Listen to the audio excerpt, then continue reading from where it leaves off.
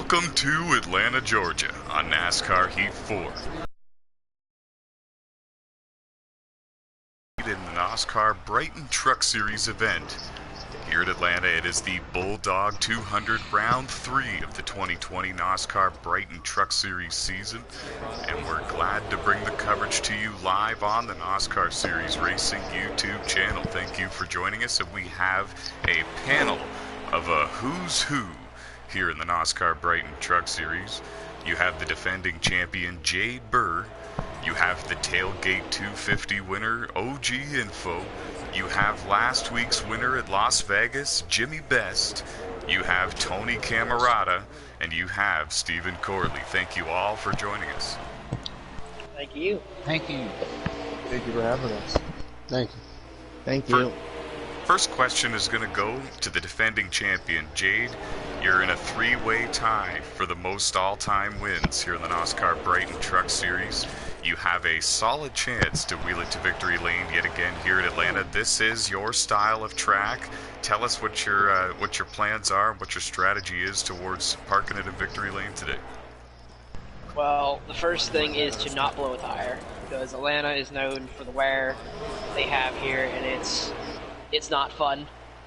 But it is going to be a battle between all the guys in here and some of the guys who aren't even in here. But the main thing tonight is tire wear. Stephen Corley, next question for you. You're sitting 6th in the point standings, but no playoff points just yet.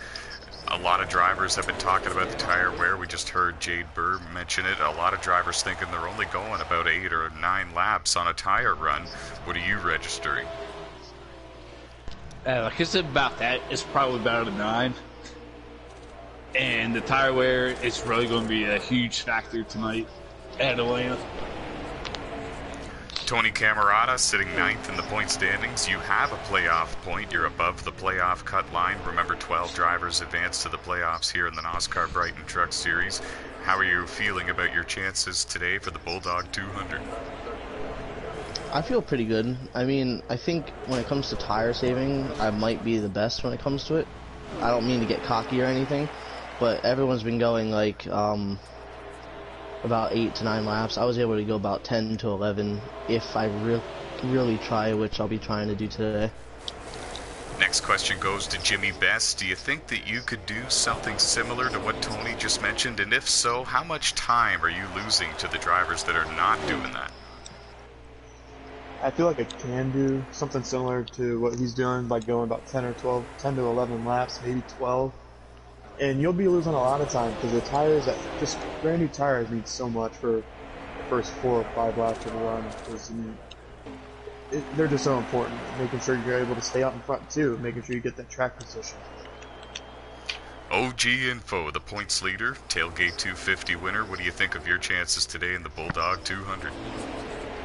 I'm pretty confident for this race, mostly because I'm pretty sure everybody will have a chance to win it, just like a super speedway, because it's all going to be about the draft, how you can keep up with your tires, like a few of the people said earlier, and it just all depends on if you can stay up front with whoever is leading, and you just got the best chance there. Jade Burr, we wanted to ask you this because you've been in a lot of NOSSCAR Truck Series races. Here on Heat 4 at Atlanta, how many grooves are out 2 and 3 wide action? Honestly here, there's about 2 to 3 grooves I think work the best. And that's obviously the bottom, middle, and high for the 3 best that I can think of. And your best bet, my thing is I'm gonna be running the middle of the high lane all night long. That's the best way that I can conserve tires. But yeah. Stephen Corley, have you been experimenting with multiple grooves, and if so, which one do you think you're going to be taking? Like I have experience with all 3, but I can't give away my secrets, honestly. Haha, don't blame you. See, I try to sneak a fast one in every now and then. Not as fast as I used to be, I guess. Right. Tony Camerata, driver of the 27 truck, you had a good run last week in Las Vegas, but didn't quite get the finish that you were hoping for, finished in 14th. In fact, I believe you had some sort of problem at the beginning of the race. Tell us what happened. Hated the fact that you were going to bring that up, but I knew you would. So, we just had a shifting problem. I guess you could put it that way. Our shifter fell off. I went to put it in the first gear and the shifter fell off, so had to fix that and got it working after I went 2 laps down. Had to really push to get back up to 14th. So I'm just happy I finished in the top 15. You've got 2 stage wins in your NASCAR Brighton Truck Series career, but no race wins just yet. What do you think of your chances out there tonight? Is the truck showing the speed that you want it to?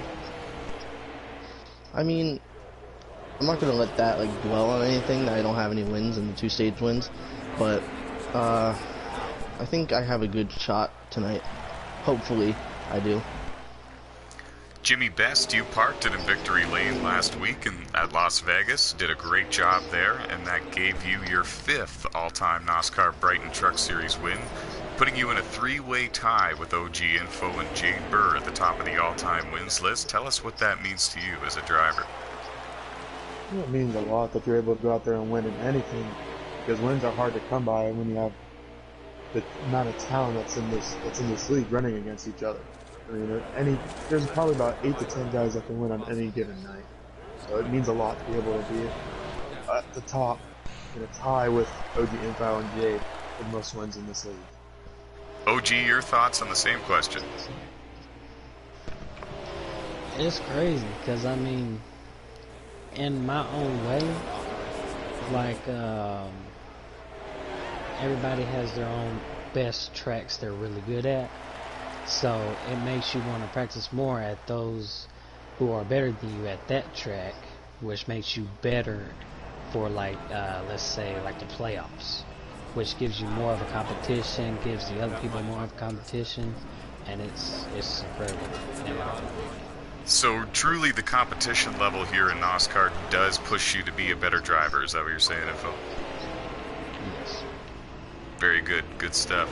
That's what I want to hear. Jimmy Best, you hold the all-time record for the most stage wins here in the NASCAR Brighton Truck Series. You're looking to tally as many playoff points as you can, you were mentioning. And you've got 4 to your total, and that's tied for the most so far this season with OG Info.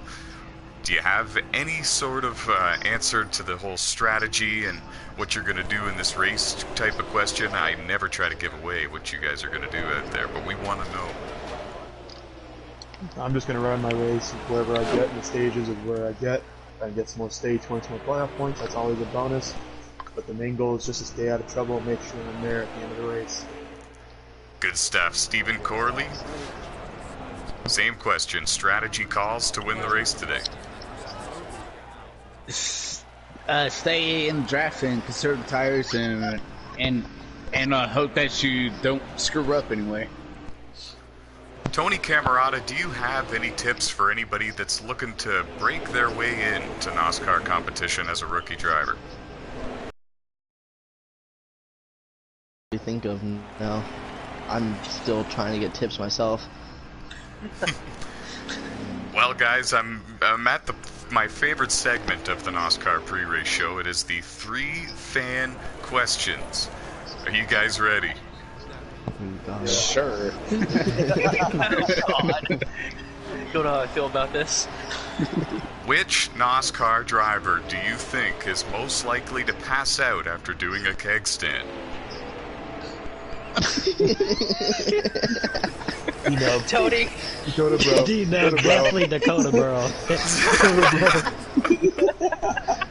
Myself. Mr. Pickle. Oh, Pickle, oh God. Kenny Adair, one of them? Yeah, that's an answer, okay. Alright, second fan question. Which NASCAR driver is most likely to rage quit and throw his golf club if a game of golf, an 18-hole game, did not go his way? Anthony Trippi. Anthony Trippi, I was about to say Okay. I'm gonna say Duke. Straight idiot. I was going to say Brown, but yeah, Anthony Trippi's a good answer too. We're throwing shade at all these guys. It's so bad. Oh, it's all in fun. It's all in fun. Final fan question is actually that's what you say in the booth. Final fan question is actually a bit more on the lighter side, actually. It's a good one. Which NOSSCAR driver do you think is most likely to get in a real-life V8 late model and go out there and do well and win races? Oh, myself. Myself. Let's go with other than yourself. Can I go with myself still? I guess. I would have to go with probably Dakota, bro, since he's the only one that I know that actually races in real life. Yeah, that's what I would say too. 2 for Dakota. Yeah, I'm gonna say Dino too. 3 for Dakota. Very good. The defending Motormaster champ. He's probably going to have to get drunk first, but Thank you very much, guys, for joining us for the pre-race show.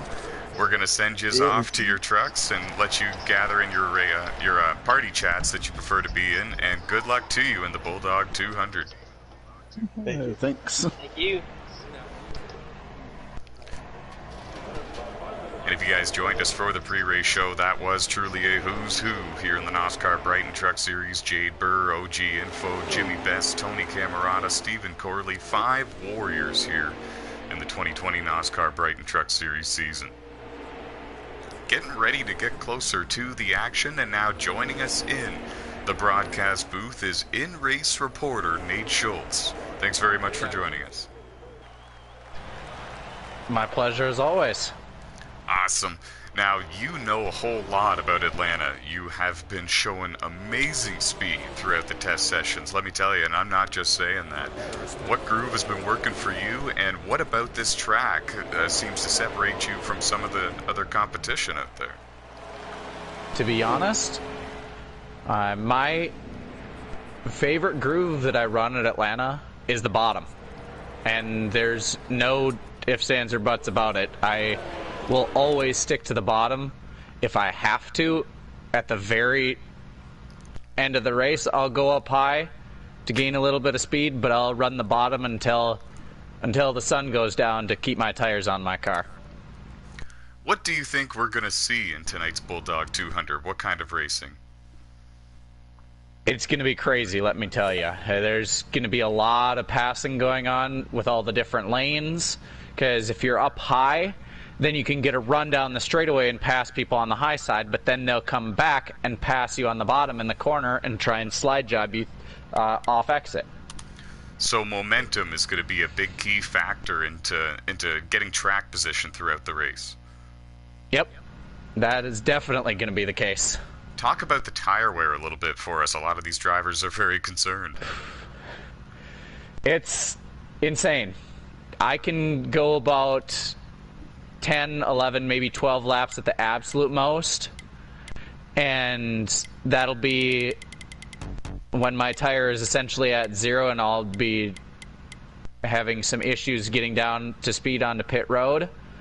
But if I go only about 10 or 11 laps on tires, then I can still make it down to pit road speed at the end of the run and not blow out a tire. Do you think that there is even any sort of room for tire strategy at this track with the amount of tire wear that we've been seeing throughout the test sessions? No. Yeah, see, that's the vibe Just I telling was you that getting right as now. well. No. Oh, that's the vibe I was getting too. I was just confirming. I know that you know your stuff about Atlanta. Kevin Tattersall just joined us quickly in the broadcast booth. Right quickly before we send you to your number 3 truck, tell us what you think your chances are today for winning in the Bulldog 200. Man, I'm feeling pretty good. Atlanta's one of my favorite tracks for sure. Hoping to put my number 3 pick up here in Victory Circle. Excellent stuff. Go join a party chat with the others, and good luck to you. The invites for qualifying are literally coming right now. All right, cool. Thank you. You're welcome. Very good. And that was Kevin Tattersall, one of the more consistent and talented drivers here in NOSSCAR. He's definitely proving it in the NOSSCAR Motormaster Series on Mondays, finishing 4th in last night's race at ISM Raceway.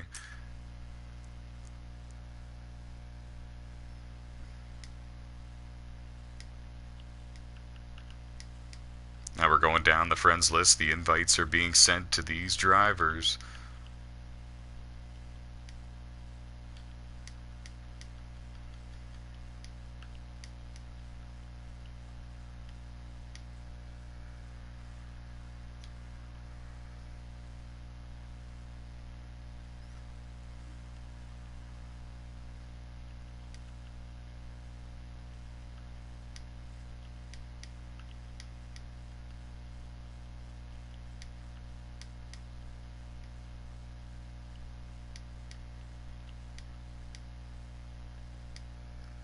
There we go. First wave of invites has been sent.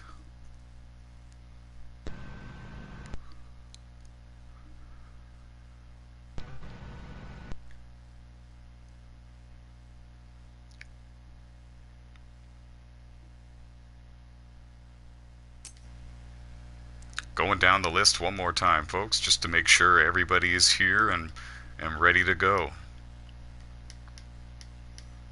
You're in here, right, Nate? Yep. Excellent.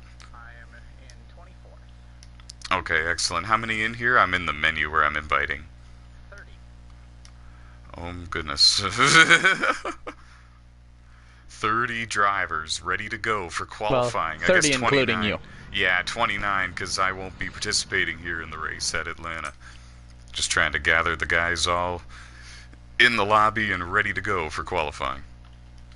But Ty, I hear you'll be stepping back behind the drivers, behind the steering wheel for tonight's race at Bristol. You heard right, and it was probably one of the worst kept secrets in the NOSSCAR garage area, but you're right, I will be driving the number 46 Toyota in the race later tonight at Bristol, and I'm really excited about it. It was showing some pretty good speed when I was giving it some test laps there, and I'm looking forward to it. Don't think I'm going to be a major threat for the win, just looking to get out there and have a good run for Rockstar Racing. They were nice enough to give me that 46 Toyota for a couple of races this season part-time in the NASCAR Brighton Truck Series. But for now, I'm not even trying to think about that. I'm more focused about the Bulldog 200 at Atlanta. 30 drivers ready to go. I know it says on your screen 31, but again, I'm not participating in this one, and I am present in the lobby for qualifying. I will be pulling to the left and letting these 30 drivers do their thing. They will have 5 laps for qualifying. Afterwards, we will take photos of the qualifying results, close the lobby, create a new one with the proper distance, and we will set them loose for the Bulldog 200, the third running of this event.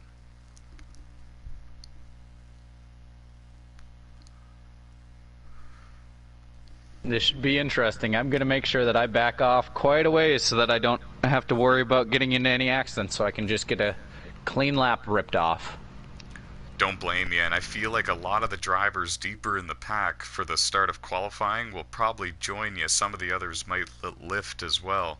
The ones near the front will try to shoot out of a cannon and get some distance on the trucks behind them, I'm sure. Mid-packers are kind of just holding on for dear life, hoping that the guys in front of them keep it straight. Yep.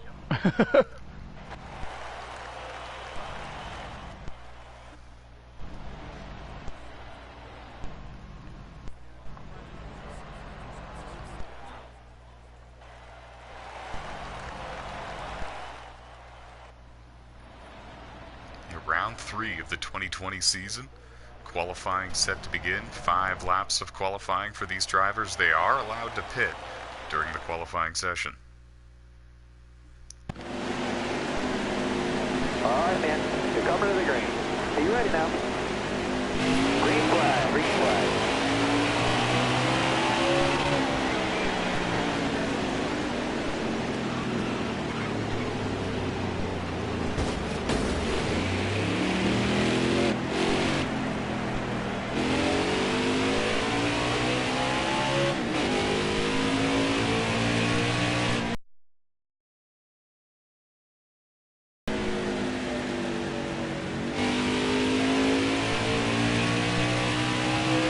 They're about 4 or 5 wide in turn 3, so I don't expect too many clean laps, even all the way back here. And this is qualifying, folks. And I was definitely correct.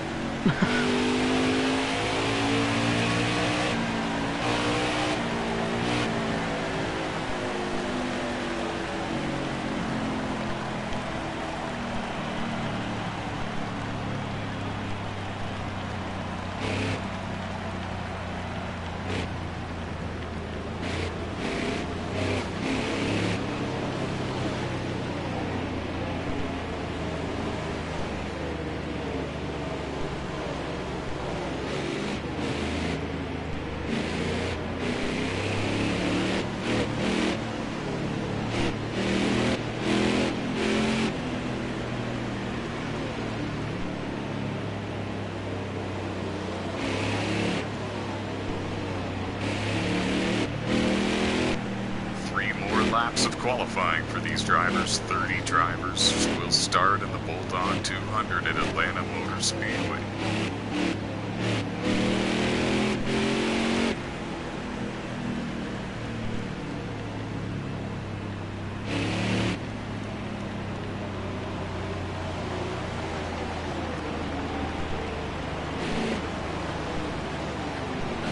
Back it down, back it down.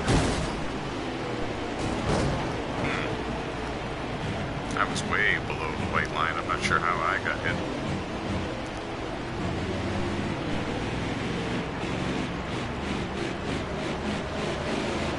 You got 1 to go.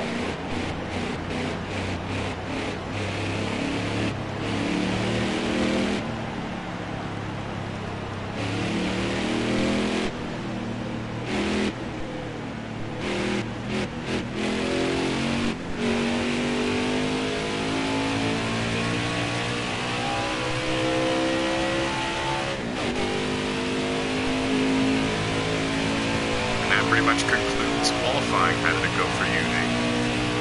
I was not able to get a good lap in, sadly, so I think I'll be starting probably mid-pack. You might have your work cut out for you. It might be a bit of a chaotic race. Mm-hmm. But I'm used to that. Yeah, that's what I was just going to say. If anyone knows how to navigate their way through the traffic, it's you. You made some nice moves in the Motormaster races last night. Well, thank you. I tried to. A couple of 3 and 4 wide incidents gone wrong, and you were able to sneak on by.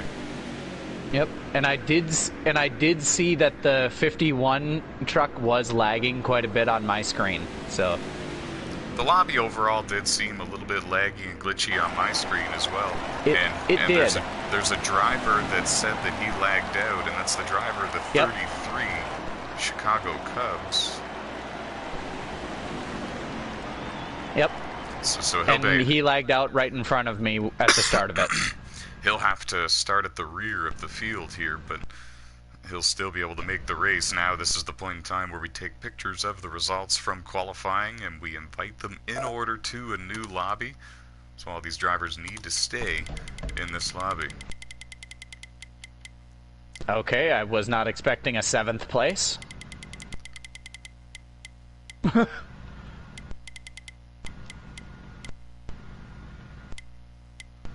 Alright, somebody backed out, so I'm not sure who that is, but they now have to start at the rear. The qualifying results have now been recorded, and we will start the new lobby for the race.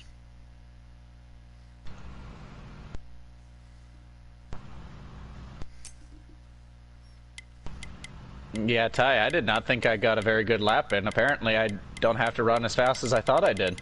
Yeah, you did really well there, actually. And you didn't sound very confident. I was surprised. No, I wasn't. Because that's 4/10 slower than I was practicing. Yeah, you did very well. Great job. Qualified thank you. The M-Race reporter, Nate Schultz, qualifies in the 7th position. And it's Keith Ayers on the pole, by the way, for the Atlanta race. Well, that's not much of a surprise.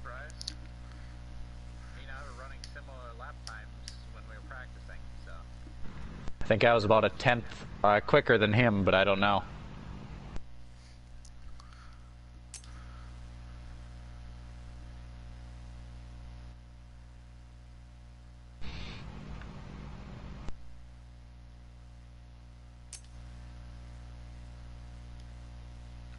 The NOSSCAR legend returns. Your Dunn son finished third at ISM Raceway last night in the NOSSCAR Motormaster Series race presented by Bruv Motorsports, and now he qualifies second for tonight's race at Atlanta here in the NOSSCAR Brighton Truck Series.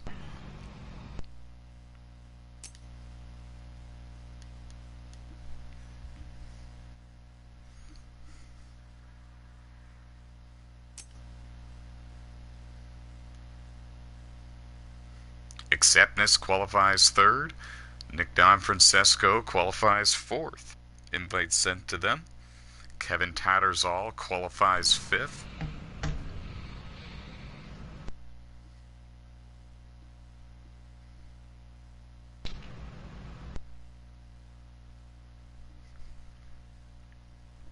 Waiting on Nick Donfrancesco to join.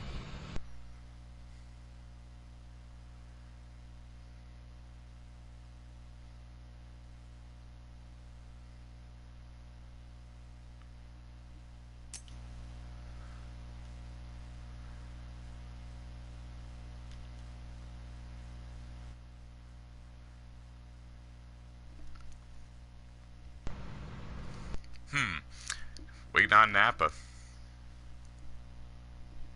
Ty, want to know a funny thing about the lap that I ran in qualifying? That was using the high side coming out of 3 and 4, so I don't know how I got that quick of a lap. Yeah, that's very impressive. What do you think of your chances now that you start in the 7th position? A little bit better than when I thought I started like 20th.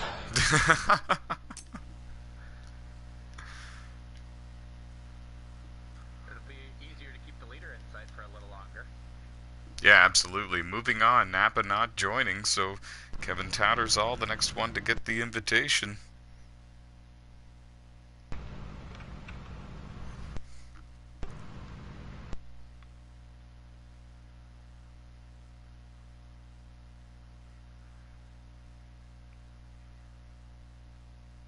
Ah, there's Napa.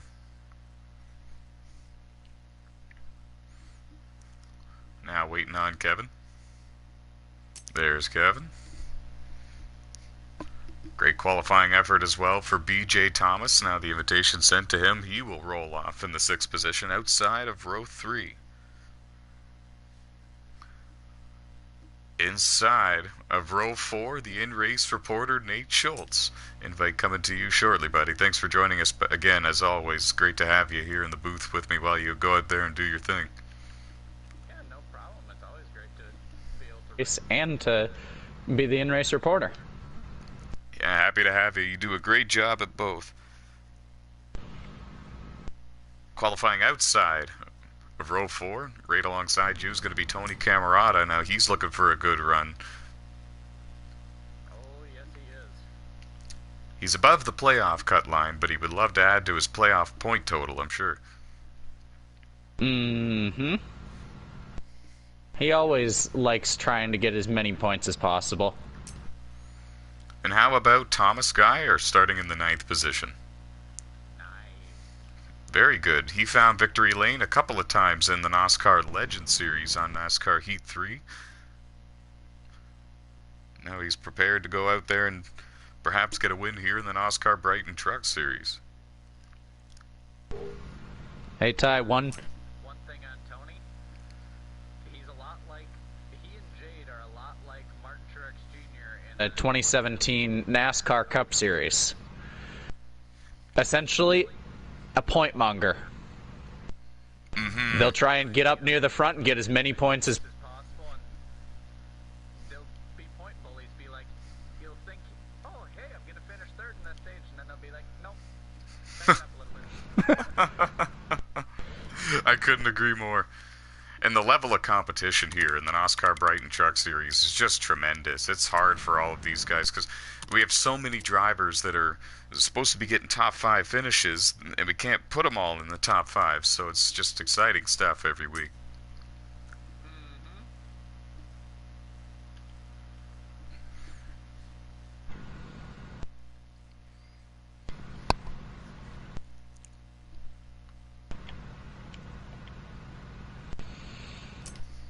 And Ty, with 130 laps, I believe 11 pit stops. Oh my.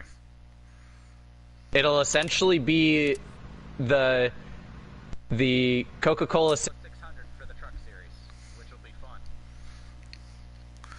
It sounds like it, actually, because a lot of these drivers were really paying attention to the tire wear, and a lot of them seemed very concerned about it, as they should be.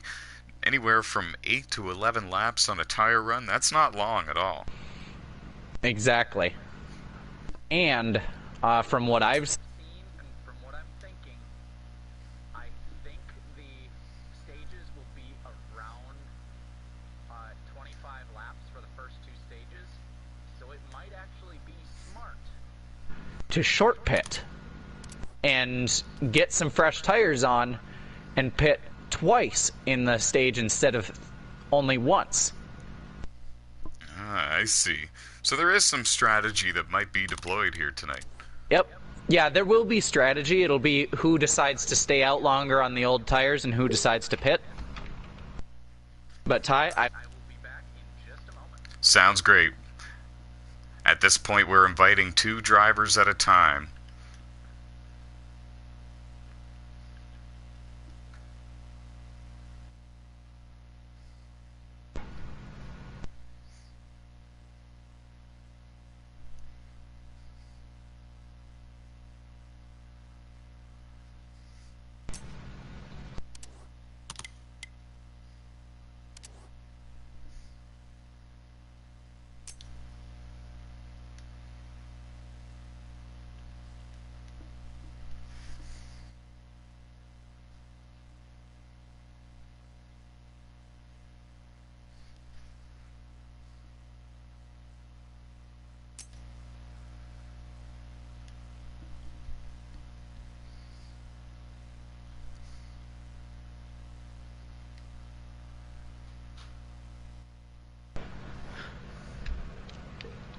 made it back. Ah, welcome back. The invite's been sent to Dave, and he has not answered the invitation. Jade Burr has. He's here. Oh, there's Dave.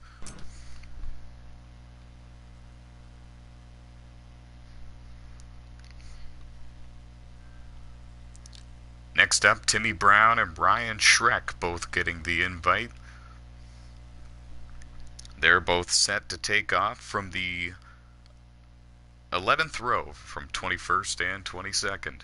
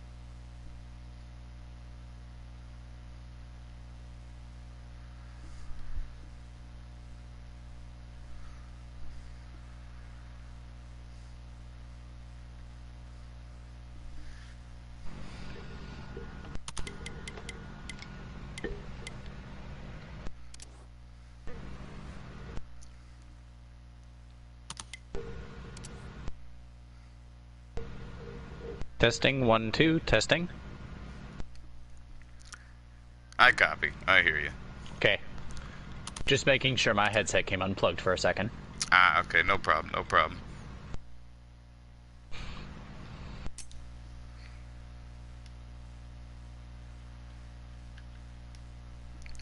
We're almost done the invitation process, if you will.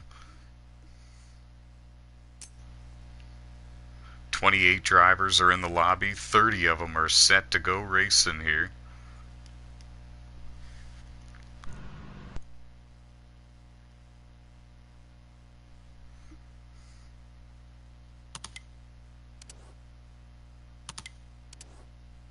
And last invite goes to Chicago Cubs. Remember, he had connection issues in qualifying, and I will be backing out once he gets in here, so we will have a 30-truck race for the Bulldog 200, the third running of this event at Atlanta Motor Speedway. The NOSSCAR Brighton Truck Series started on NASCAR Heat 2, worked its way to NASCAR Heat 3, and we have merged now on to NASCAR Heat 4. And in a big, bold way, 30 drivers set to go, round 3 of the 2020 season. So excited for it, we brought it to you early. The clock has been unpaused. I'm stepping out. Send me an invitation, Nate, and let me know when I can catch all this action. I'll send you an invitation now. But Ty, did you see who's starting 29th? I noticed that. What happened to info? I wonder if this is actually a strategy. I have no idea. Do you think it's strategy? I'm thinking it might be.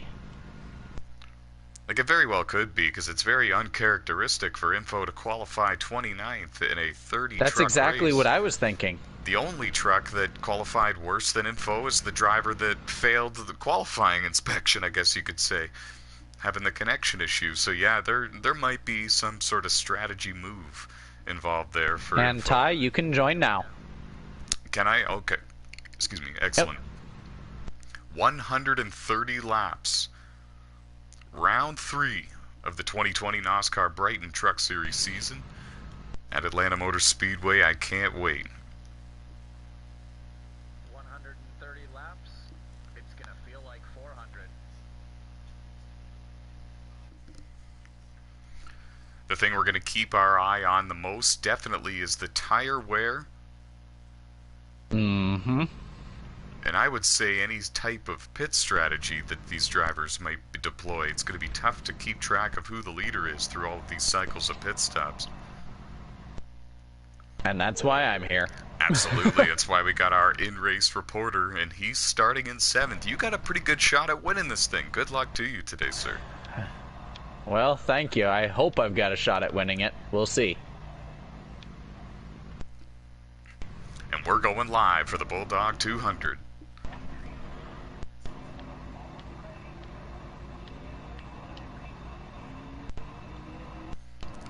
OG Info comes in as the points leader after 2 races this season. Jimmy Best, with a win last week at Las Vegas, sits in 2nd, only 4 points behind. CD Derby Boy, with a pair of 4th place finishes, sits 3rd in the point standings. Kevin Tattersall, the consistent machine, sits 4th in the point standings, 15 points out of the points lead. Defending truck champ Jade Burr enters this one 5th in the point standings, just 16 points out of the points lead. And we're green in Atlanta.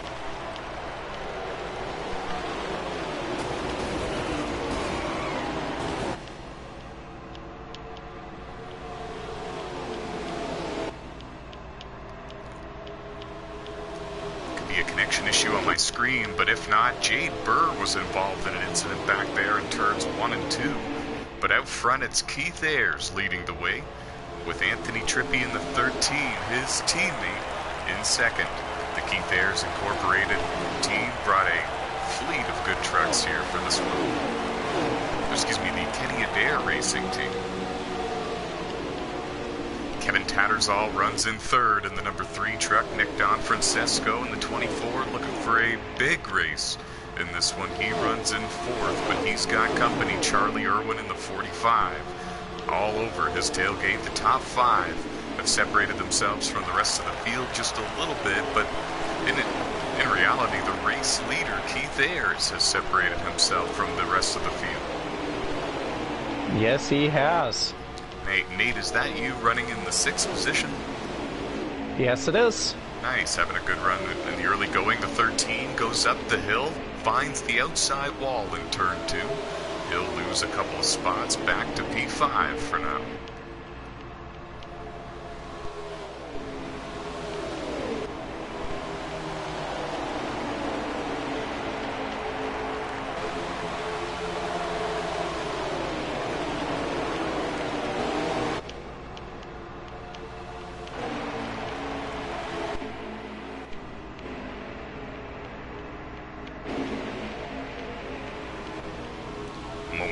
Jimmy Best was looking to the inside of Nate. Nate shut the door, and now Nate goes to the inside of Jimmy's teammate, and that would be Nick Donfrancesco in the 24.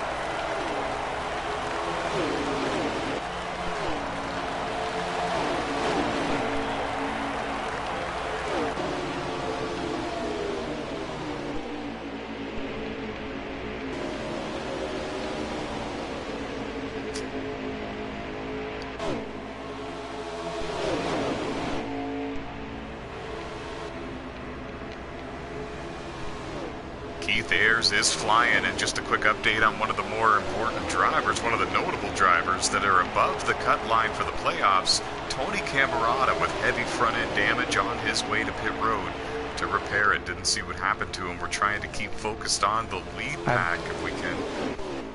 I believe that was on lap 1. Okay, big incident deeper in the field. Made there with Kevin Tattersall and Charlie Irwin. I'm not sure if it was intentional or not. Both trucks still bounce off each other. Stephen Corley got involved just for a moment there. He found the side of Kevin. And Kevin might be loose getting out of the corners. I'm not sure because he keeps coming down and making contact with a couple of these guys.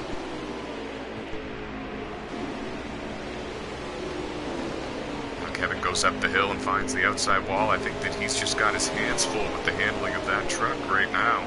Charlie Irwin was able to clear him, and now he's battling side by side with Nick Donfrancesco. Problems, though, for the 13 of Anthony Trippi. I didn't see what happened to him. It turns out he's actually going to pit road. We talked about this throughout the pre-race show.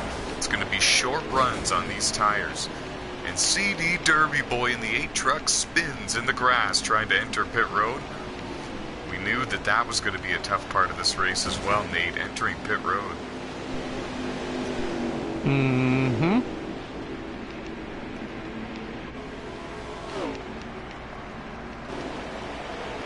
A couple of trucks still on the track, but now they are coming to pit road as well. Jimmy Best in the 2. Stephen Corley in the 19 got a little bit loose there, trying to come to pit road on the apron. But he gathers it back up and only lost one spot, and that was to Nick Donfrancesco. Nate is now on pit road. He's our in-race reporter. And Jeff Grady spun towards the entrance of pit road, but he's made it now safely onto pit road as well.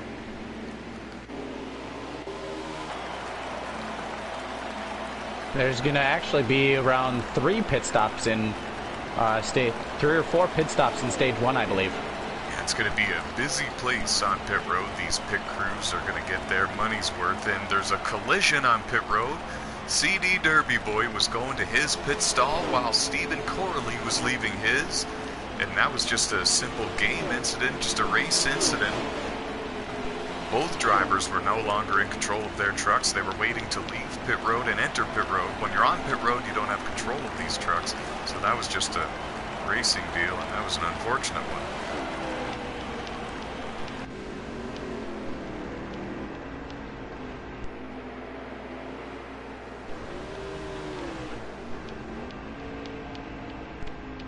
I was able to make a couple of adjustments to my truck. Let's see how they worked out. The 88 at the moment is in the lead. Okay, and that would be Kenny Adair, the 2018 NOSSCAR Brighton Truck Series champion.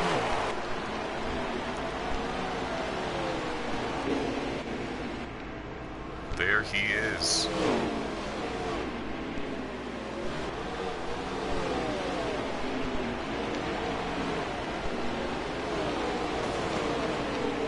Now he surrenders the race lead. I believe he is pitting right now. Yes, sir. He will surrender the lead. He leads a lap here in the Bulldog 200, third running of the event.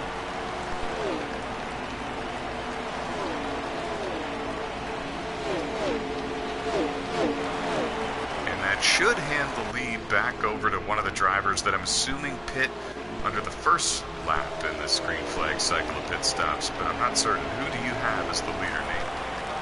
At the moment, it is the 7, but he is on pit road as the leader. And now it is to the 98. So Keith Ayers back out front, and it's actually the defending NOSSCAR Motormaster Series champion, Dakota Bruv, right in front of him in the 52, trying to stay on the lead lap, and Keith is in his tire tracks.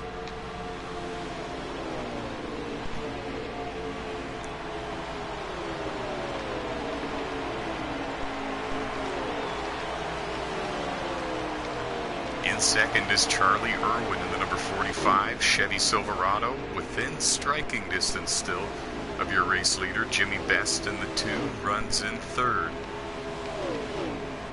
And then it's Nick Don Francesco, Jimmy's teammate, driving the 24 Chevy Silverado. He runs in fourth.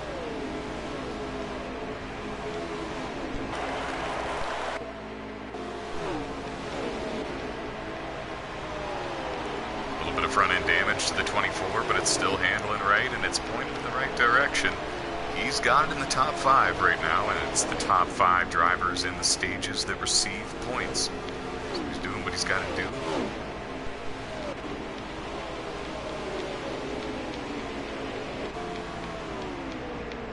And it's great to see your done son back in NOSSCAR competition, a NOSSCAR legend returning to action here in the NOSSCAR Brighton Truck Series. He put a full season in, and back in 2018 on NASCAR Heat 2.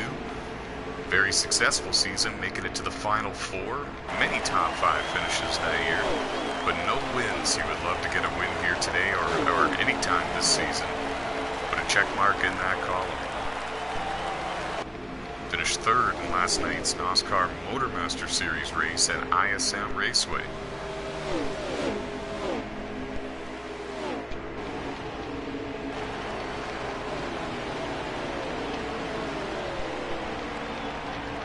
Keith Ayers puts a lap on Dakota Bruv. Now Dakota's goal has to be to keep the leader in his sight to try to be the first truck 1 lap down at the conclusion of stage 1.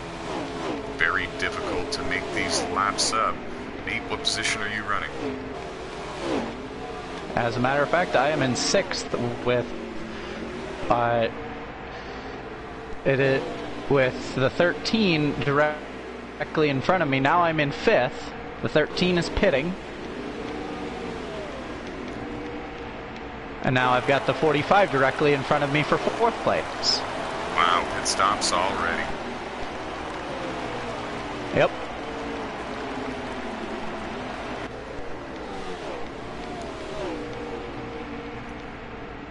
And Ty, I believe my adjustments that I made to my truck helped out a lot.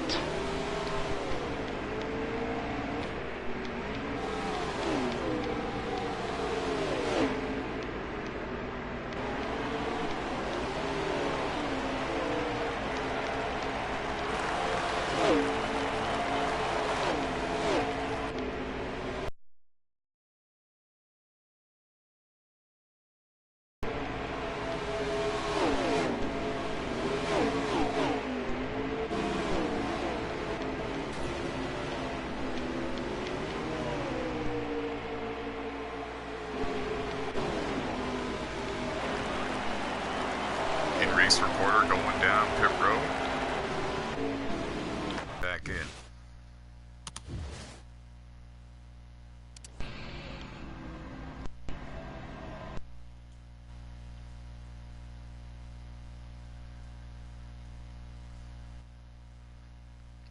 Don't be alarmed, folks. I should still be able to bring you live coverage of this one. Well, Ty, I'm shocked. My pit crew just had a 15.6-second stop. Oh, that's a good one. Uh-huh. For the truck series, that's a really good stop. You guys are working lap 20 here in stage 1. I'm on my way back to spectate the event.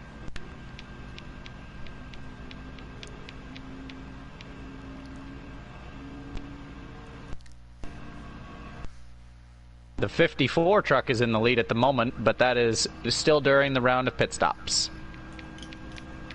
Now, some of these drivers are really stretching it during these fuel runs. Is that a smart move, or is this going to pay off for them, do you think? It could pay off. There's a chance that it could pay off. There's a chance that it might not.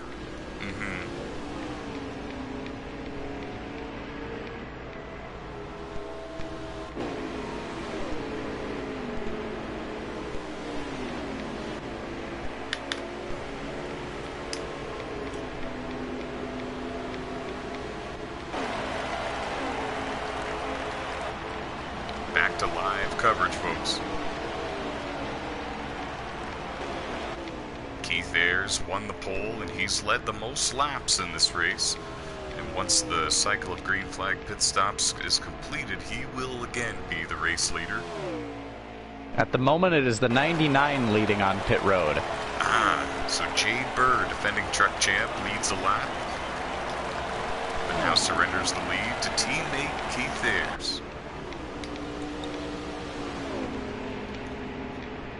I would like to say some people need to watch what they're doing when they're approaching pit road, because I just had a truck go right up the track in front of me. I think he blew a tire and turned dead right. Ooh, that's not good.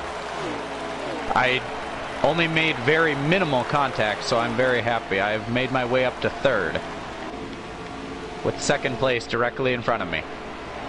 And second place is Napa Fan. So it's Keith Ayers leading, Napa Fan in second. Your in-race reporter Nate Schultz running in third, having a great run. Battling there with BJ Thomas in the 99. Is that for position? No, it is not. Okay. Oh, had to go around a slower truck there.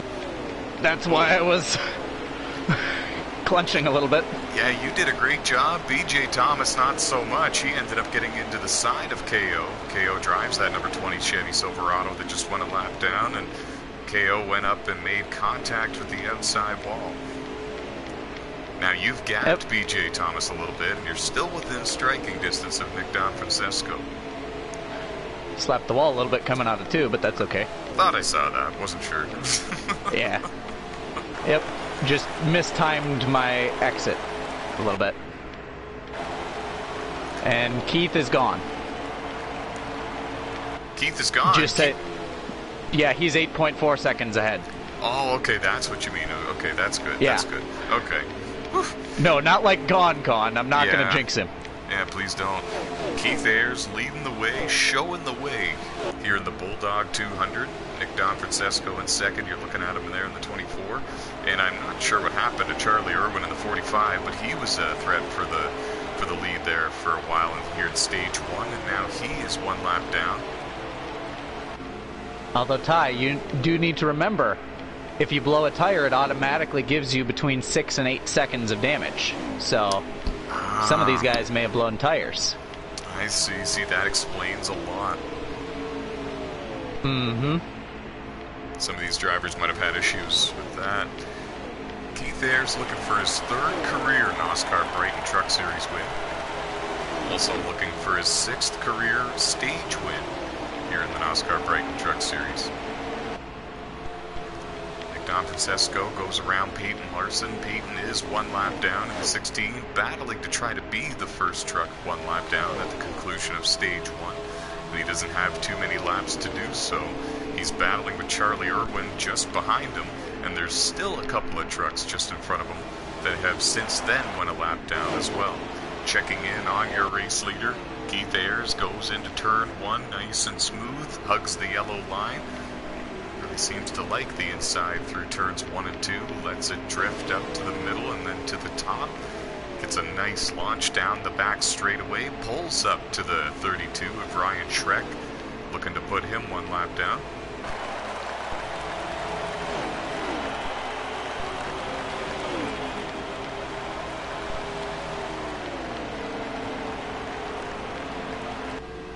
So far, a flawless stage one for your race leader. Tony Camerata in the 27 just left pit road.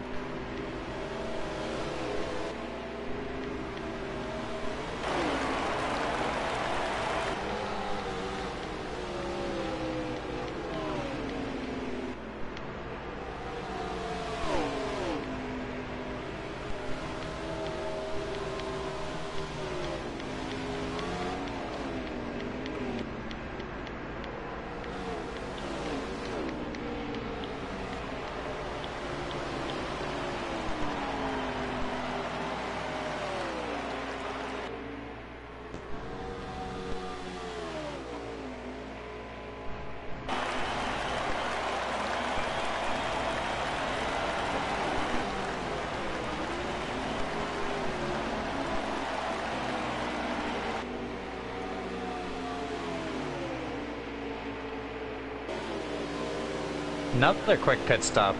14.9. Wow.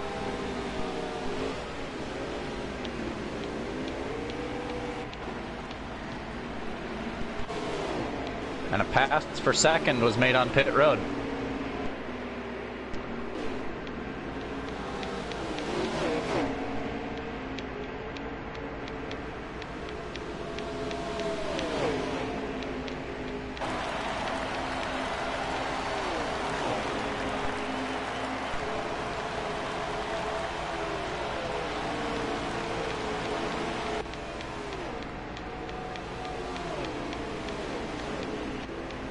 Seems to be all sorts of action on the racetrack here for the Bulldog 200. A mix of everything. Everybody has their own agenda. Some drivers were involved in an early incident. Some drivers weren't. Some drivers playing the short pit strategy. Some drivers trying to stretch those tires every lap that they can. And it's just a cluster and a mix of different strategies and agendas out there at this time.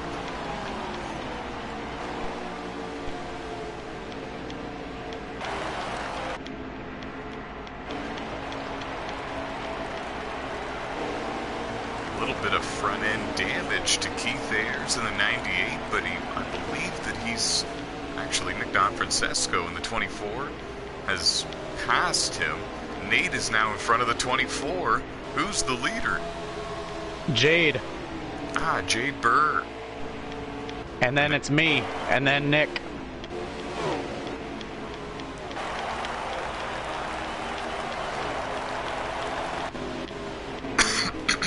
Pardon me. I believe Keith had some sort of damage that occurred exiting the pits. Ah, I see. And Jade Burr now on pit road. So he surrenders. So now I am the leader. And yeah, the lead goes to Nate Schultz, looking for his first career NOSSCAR Brighton Truck Series win, and that would be amazing if he could do it here at Atlanta Motor Speedway, a track that he very much enjoys driving, and it would be cool if he could get it done while being the in-race reporter. I'll certainly be doing my best. You're doing an excellent job. We'll try not to bother you too much, but you might hear your name here and there in the broadcast as you now put a lap on Peyton Larson, who drives the 16 Toyota Trying Tundra. to. And you are clear. Nick Don Francesco in the 24 looking to do the same. He now looks to the inside of Peyton Larson, and he'll get that position from him to put him one lap down. And if I'm not mistaken, Peyton now the first truck one lap down. I believe so. I believe so as well. Yeah, he's had a very mistake-free race for the most part, but now does go one lap down. Oh, and there was a problem there with one of the trucks that were a lap down. I didn't even see who it was. It was the 45. Ah. I barely missed him. Yeah, did you ever? That was actually a very close call. 45, I believe, is Bradley Gilliland.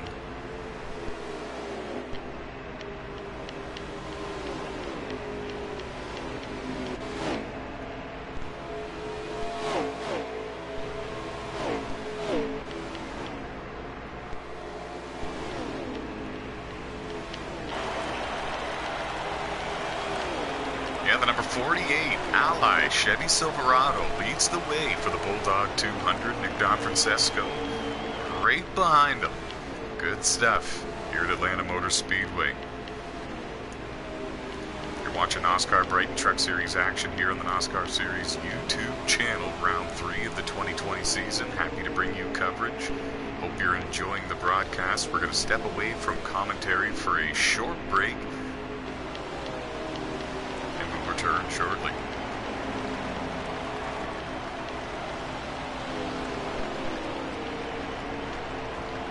Actually, quickly, how many laps to go in Stage 1, Nate? 2. Ah, never mind. We're going to resume the commentary until the end of Stage 1. Remember, top 5 receive stage points, and the stage winner receives a playoff point. And the further the season gets, that becomes very crucial. And Jade Burr just went a lap down in the number 99 truck. Yep. He is now the first car one lap down. He's slowing to go to pit road, and he just barely made it before you took the 2 laps to go signal? Or is this the white flag? I do not know. You're the leader. I was not paying attention when I crossed the stripe. Hit X, it should say. It is the final lap. Okay, I believe Jade may have blown a tire. There's a couple of trucks with tire issues. Somebody And I just blew a tire coming to the line. Oh man! And the stage 1 win goes to Nate Schultz. He blows a tire coming to the start-finish line, but he picks up the 5 stage points and the 1 playoff point.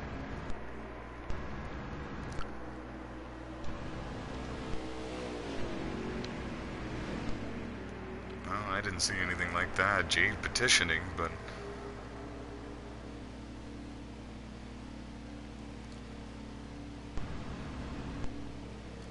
So Nate picks up the stage win, and if I'm not mistaken, second place went to Nick Don Francesco.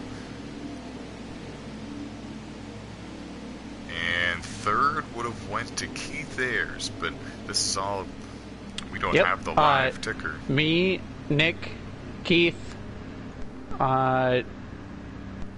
Big Poppy Cucumber, and O'Quinn NOSSCAR. Ah, okay. So Jimmy Best 4th, Randy O'Quinn 5th. That is your top 5 in the stage. Nate, Nick, Keith, Jimmy, and Randy. Now these drivers have an opportunity to repair any damage, make any big swings to these trucks that they want. Under caution at the end of stage 1, now we begin stage number 2, and it looks like some pit strategy was used here. Jimmy Best's going to take the lead for the restart, and it's your Dunn son in the 51 in second. Green flag for stage 2 of the Bulldog 200, and immediately... Sorry, go on. I had damage due to that blown right front tire, and that's why I did not retain the lead off the pits. Ah, right. You're still right there with them, battling for third, though, and it's a hornet's nest behind you. That's kind of what I'm running away from. I bet. And I'm completely okay with just sitting here in the top 5, because that's about where I was sitting at the start of the previous stage.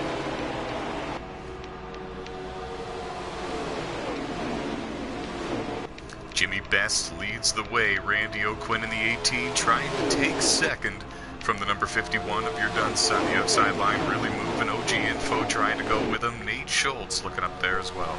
Keith Ayers on the bottom.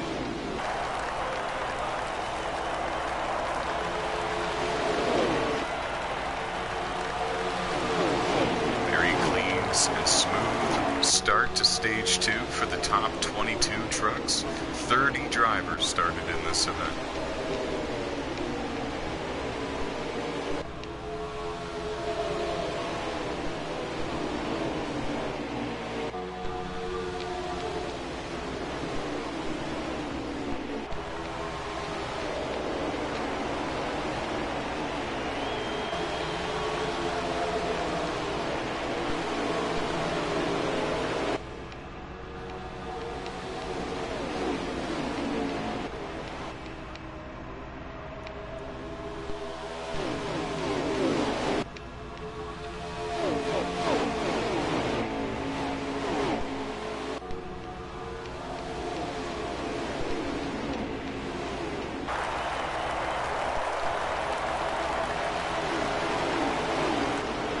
It's getting dicey towards the front. We were just sitting here quiet, letting you guys enjoy the show and listen to the sound of those engines. There's about 16 to 18 trucks in the lead pack. They're starting to get a little bit strung out now, but still not very much. Anthony Trippi went a little bit high towards the wall there in turn 2. He lost a couple of spots. Dakota Bruv, Randy O'Quinn, Stephen Corley, and Dakota were all able to get by.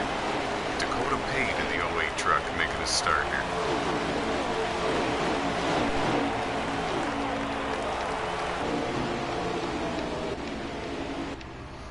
Battle for the lead, heating up just a little bit. The 51 of your Dunn son closes the gap just a bit on Jimmy Best.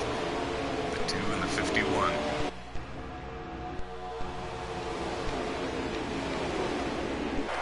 Rossitter Keith Ayers.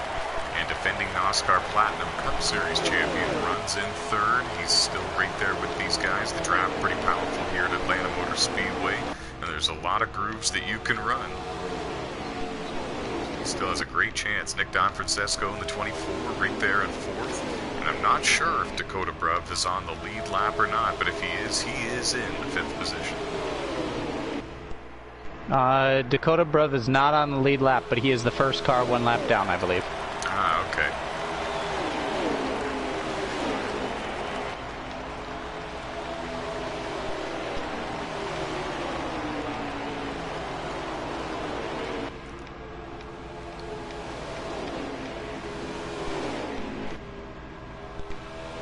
Top 4 beginning to separate themselves from the rest of the field. And the battle in the second pack is really getting interesting. They're trying not to lose ground to the front runners. Randy O'Quinn is kind of the front truck in the second pack, along with Dakota Bruv and OG Info in the 50. But now things have changed. Pit stops have begun. Info is on pit road, as well as Anthony Trippi in the 13, Jade Burr in the 99, Joshua Colm Diaz in the 02. 30 drivers and the 13 is off the lead lap. The 13 off the lead lap? Okay, thank you for the update. Yep. 30 drivers started this race, and I believe we're down to 27 left on the racetrack.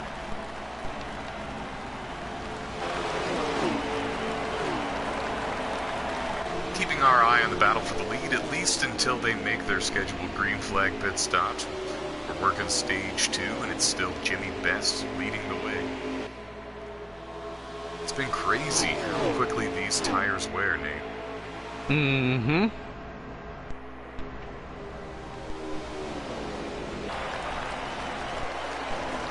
Here they come, and it looks like all of them. Jimmy Best gets a little bit loose entering pit road, and he collects Keith Ayers at pit road entrance. Oh boy. They lost some track position because of that. Nick Donfrancesco got around him. Your Dunn's son in the 51 got around him. The 08 truck got around him as well. A number of trucks. It kind of looked like Jimmy was going to save it for a moment, but then at the last second, his truck cranked again to the left, right in front of the 98. And Keith Ayers had nowhere to go.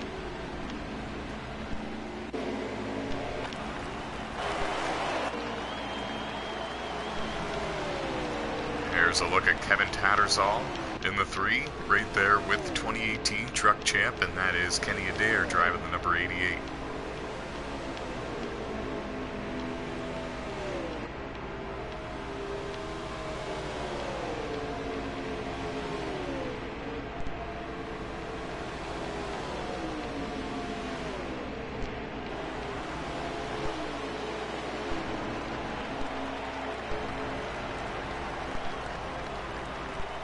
Looks like Kevin's going to bring the number 3 Silverado down pit road. Again, I mentioned this earlier in the broadcast. These pit crews really earning their paychecks here in the Bulldog 200. These drivers were speaking in the pre-race show about only making it about anywhere from 8 to 11 laps on 4 fresh Goodyear Eagles here at Atlanta Motor Speedway. The fuel and tire wear has been bumped up to 3 times, times 3. Here on NASCAR Heat 4 for these NOSSCAR Brighton Truck Series drivers, and it's really thrown them for a loop, especially here at Atlanta Motor Speedway, where grip is crucial and a track where tires are already known to wear fast. Who do you have as the race leader, Nate? The 24. Ah. Thank you very much. So Nick Donfrancesco showing the way right now in the Bulldog 200. He's got the 51 of your Dunn's son right behind him in second. OG Info in third. And you mentioned that the 13 is not on the lead lap. He's the 4th truck in the line with these drivers, but not in the 4th position. 4th place is the 18. Make that the 48. Ah, okay. So Nate Schultz in 4th.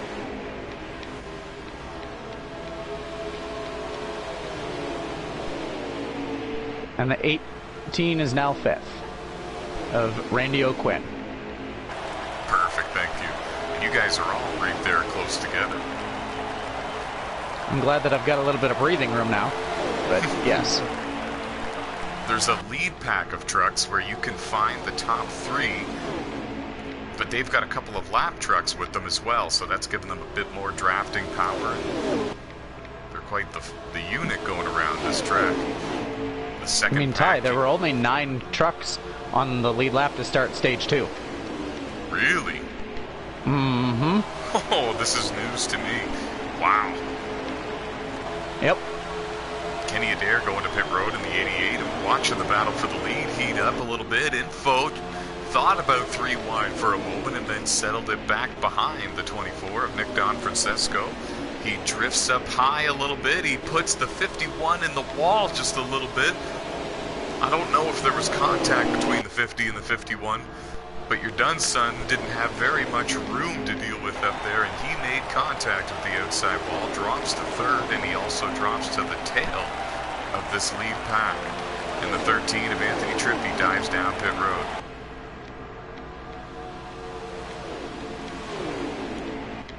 That leaves only 2 trucks as of right now, battling for the lead here in stage 2. Well, the 51 hasn't lost him yet.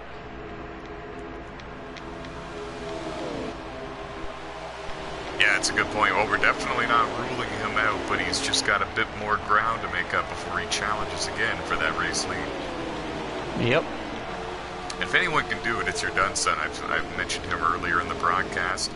A legend around the garage area in the NOSSCAR community. Ran races and won races with us on NASCAR 15 on the PlayStation 3 console.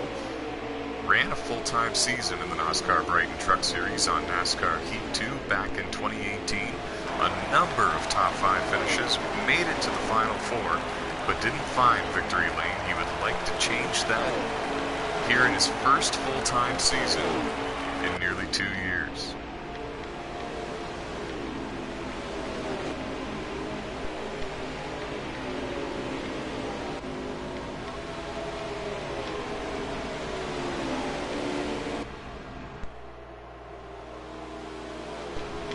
To do that, he's going to have to run down Nick Donfrancesco. At least for the time being, he is the leader, showing the way here in the Bulldog 200.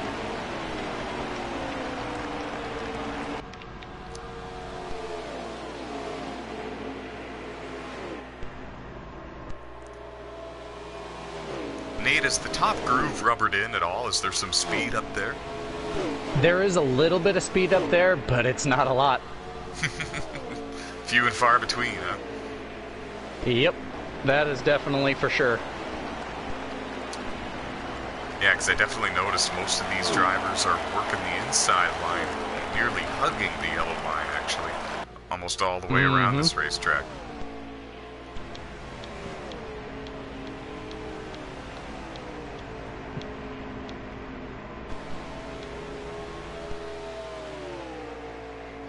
I know that's the way I'm trying to go.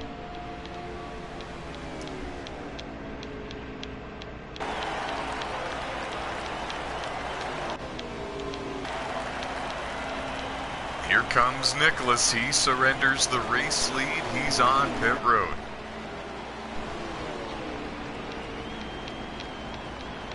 He's not the only one. I know that Keith Ayers is now on pit road as well. There he is.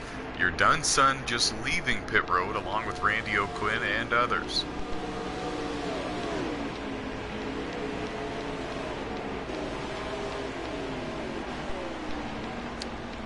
How many laps to go in stage 2, Nate? I believe it is about 20. Okay, perfect. It is actually like 16, I think. 17. So what are you thinking then? 2 more pit stops, perhaps, from now until the end? Maybe should one? be 1 pit stop from here. Okay.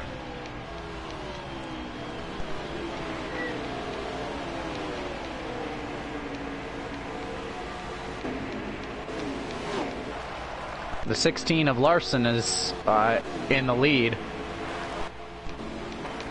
but he has yet to pit. And I believe he is pitting right now. You're right. right, here he comes. He brings the number 16 Toyota Tundra down pit road, surrenders the race lead. He's on a bit of a long pit strategy when it comes to these cycles in between his pit stops.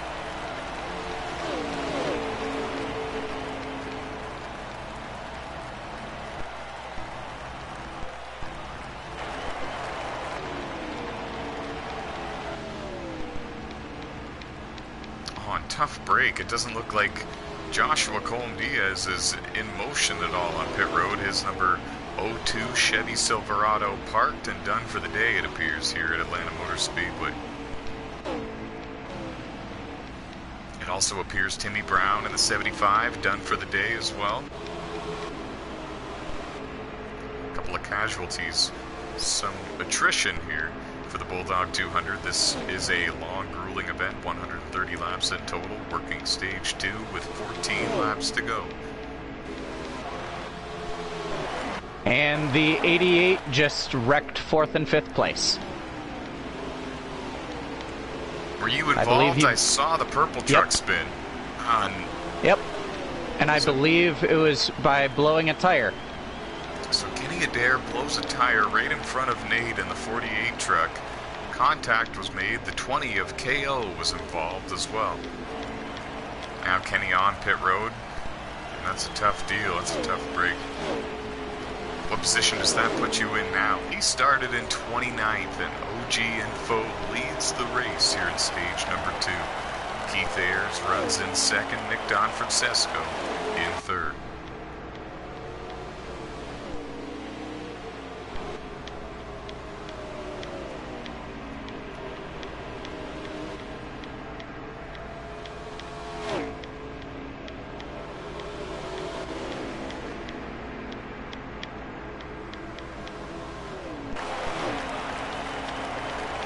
That's KO in the number 20 Chevy Silverado, bringing his truck to pit road. Couple of laps down. He's a rookie this season, just trying to gain some experience here in his NASCAR career. There he is. Races over in the NOSSCAR Street Tech Series and the NASCAR American Muscle Series on GTA, and he's found victory lane in both.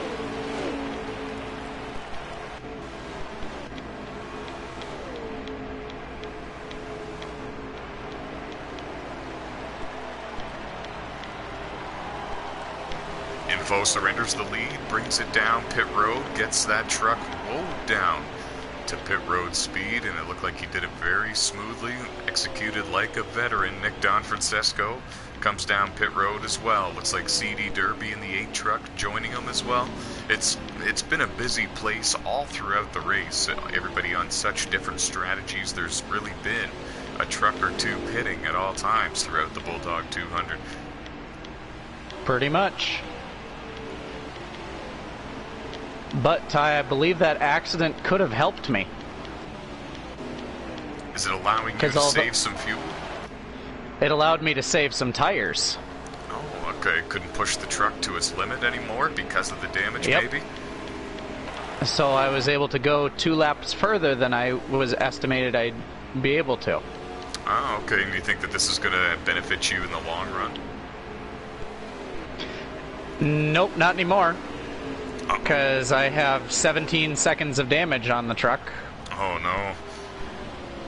Well, but I am going to try and stay on the lead lap in stage 2, so I can't fix it. I was going to say, going to choose not to repair it. That's what I think I would do as well, especially if you're trying to stay on the lead lap. How many trucks do you figure are on the lead lap before this cycle of pit stops? 8? 9? I believe it would be around 9. Okay.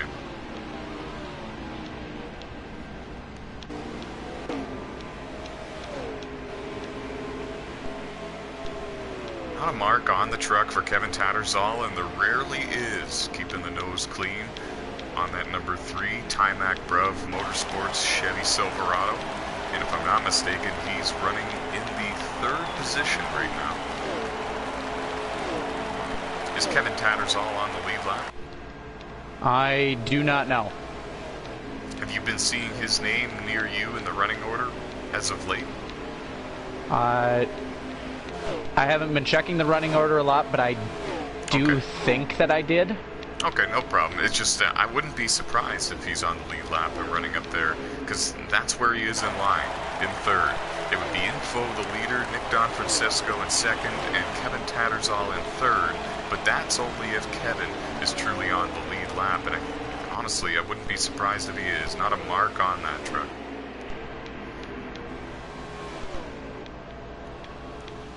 Same could be said for Nick Donfrancesco. Smooth race for him, and he needed it. He needs some points to get a little bit higher above that playoff cut line.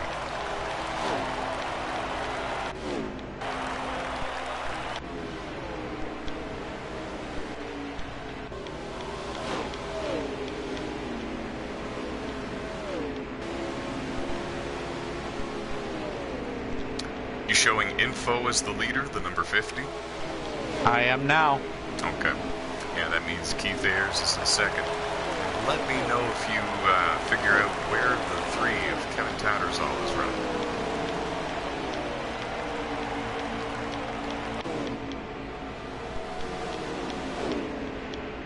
I'll let you know if I figure it out. Okay, thank you. Info working through some lap traffic. They're exiting turn 2 right now. He's got Ryan Schreck in the 32 truck just in front of him. Nate Schultz right there as well.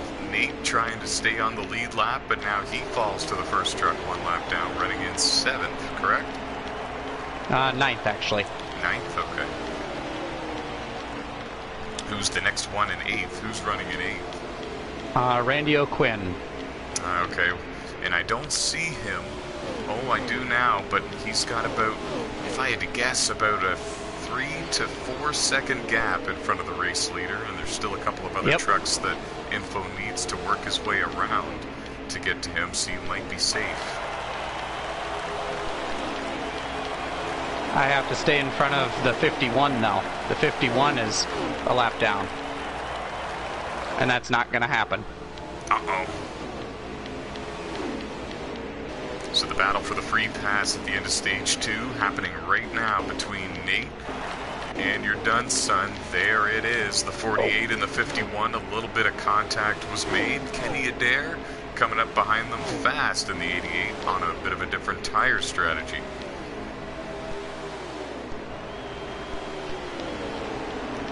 And Your Done Son takes the free pass spot for the time being from Nate, and I believe we've only got, what, 6 laps to go? 5?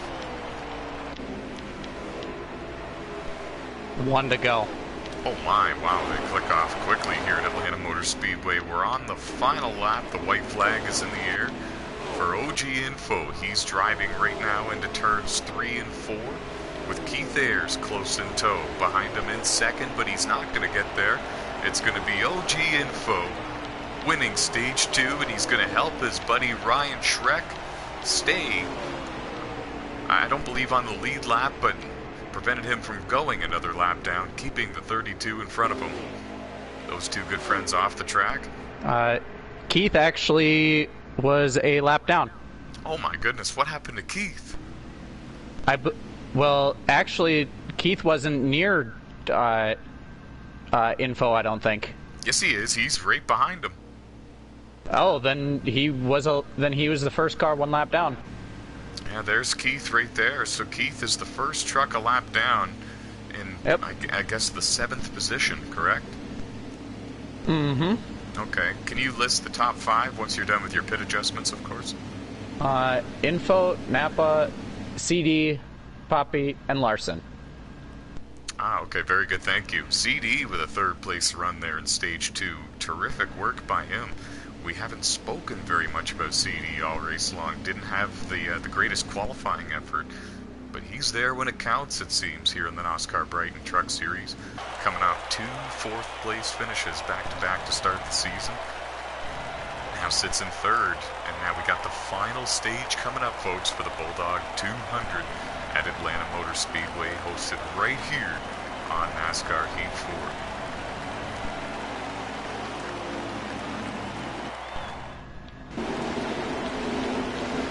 Keith Ayers, as you can see, starting deep in the field because he's the free pass truck. Up front, Nick Donfrancesco, OG Info, Jimmy Best and CD Derby leading them to the line. The green flag is in the air. Randy O'Quinn in 5th. Kevin Tattersall in 6th. All on the lead lap.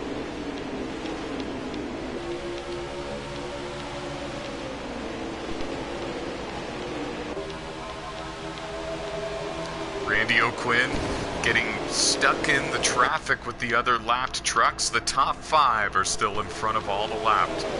The trucks 1 lap down or more.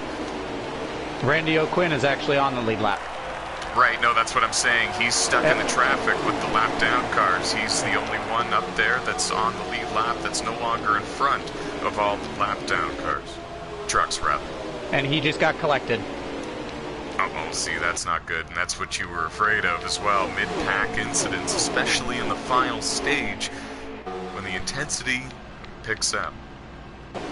Yep. He got collected. A car was underneath me, hit the apron, and spun up into him. So now the leader is in foe. Jimmy Best in 2nd, Nick Donfrancesco in 3rd, CD Derby in 4th, Kevin Tattersall is in 5th, but now Kevin has 3 trucks that are 1 lap down in between himself and the driver running in 4th. The next truck he would be competing with for a position. Amongst the trucks that are 1 lap down or more, it's actually Tony Camerata leading the way for them. And he's working his way around CD Derby, not a battle for position. CD Derby on the lead lap in 4th. Tony, 1 lap down or more. And I believe D-Nub just lagged out of the race. Oh, again. Dakota Bruv from the 8th position. Dakota Bruv was running in 8th, having a terrific run out there in the Bulldog 200, especially after a bad qualifying run. Oh no, he's on the track and in motion still. Oh, he is? Yep. Okay. Incident, I guess. just did not see that. Oh, and Randy O'Quinn is... Randy's having connection issues.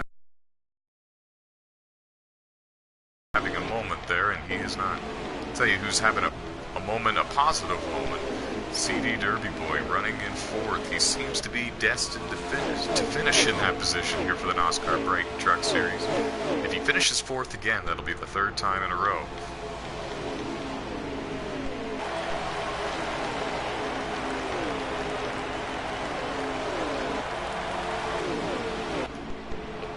Jeff Grady motionless on pit road. It appears he's done for the day, as well as Thomas Geyer in the 62. As well as Angel in the 45. A couple of trucks pulling off the track with mechanical failures of some kind. 30 drivers started the race. We're down to about, I believe, 24 trucks on the racetrack.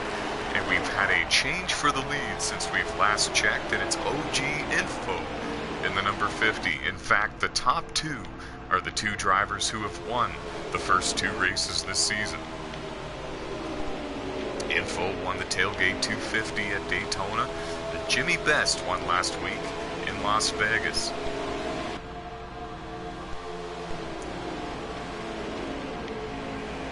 The 24, Nick Donfrancesco in 3rd, but he's got Tony Camerata, a truck that is a couple of laps down, in the 27 truck there in between he and the 2 front runners.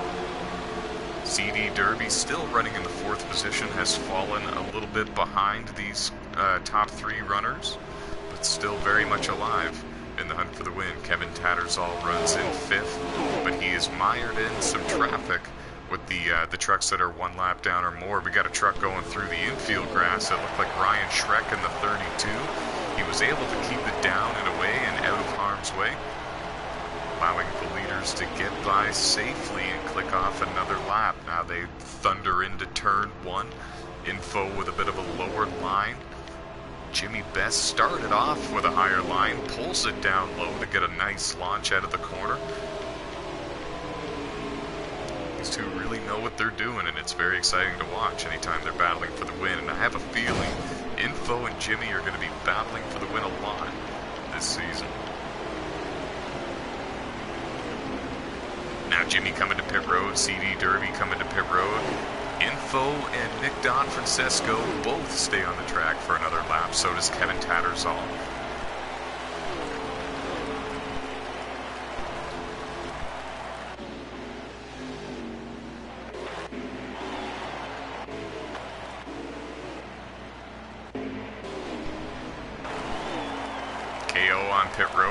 Theo Quinn running in the 6th position on the lead lap. He's on pit road as well. Info surrenders the lead for the time being. Nick Francesco comes to pit road behind him. Kevin Tattersall in the 3 stays on the track for an additional lap, so he will lead this lap.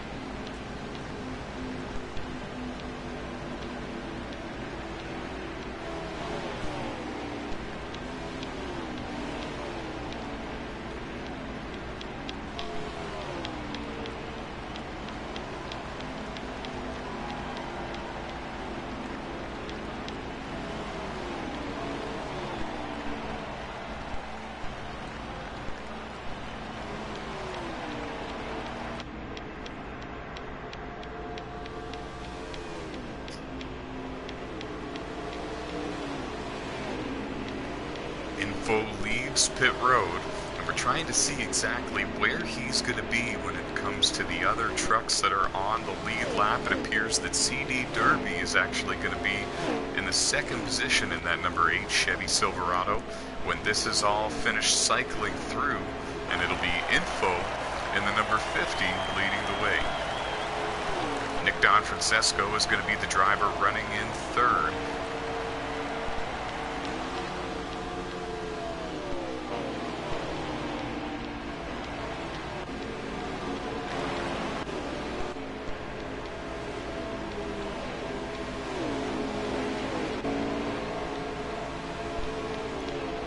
There's a good look at Nick Francesco running in the 3rd position, trying to run down Info and CD Derby.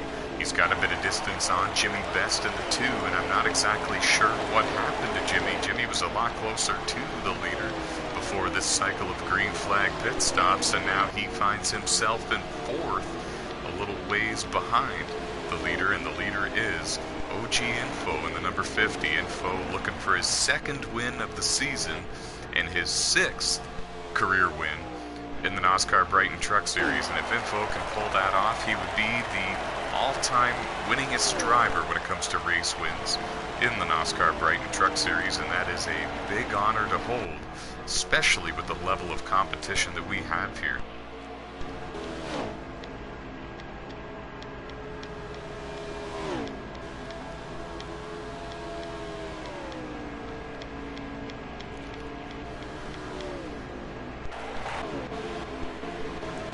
Checking in on the in-race reporter, Nate Schultz. We know that you had an incident there at one point in the race, or else you would probably be on the lead lap still, battling for the win in this thing. What position are you running now? 11th, about to pass Poppy, who is in 4th place, if he'll let me by when I'm faster, but it's okay if he doesn't. Fair enough, yeah. Keep in mind, he's on the lead lap, so he's probably not trying to let anybody go by at this point, but...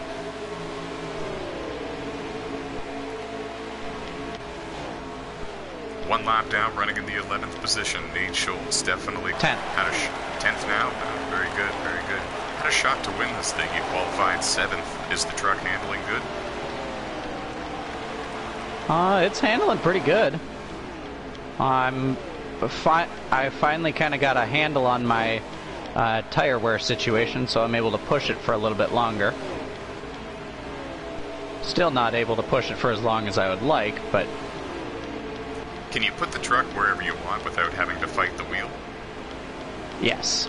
Ah, see, that's always good. That's something I always look for. BJ Thomas ducking down pit road in the number 99 Chevy Silverado. Scheduled pit stop for him. And there's 2 trucks going through the grass. It was Charlie Irwin and Tony Camerata. And it looked like Charlie in the 45 turned left, maybe got loose, I'm not sure. And he took the 27 through the grass near the start-finish line. He also could have blown a tire. If he blew a right rear tire, it would sharply turn the car left. Right, or truck but left. It's definitely not a tire, because we're still watching Charlie, and he's still up to full speed, and he's still rolling. But yeah, I don't know what happened there. Now it looks like Charlie's slowing down to go to pit road, so maybe they're just very worn tires at this point.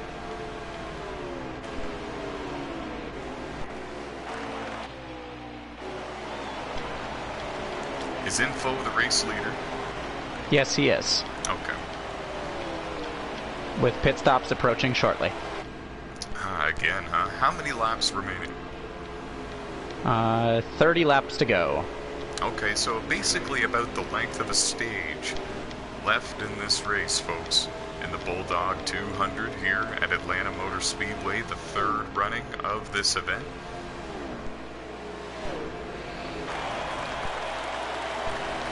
It's been an exciting race, and it's been everything we expected it to be. Now, CD Derby pits from the second position.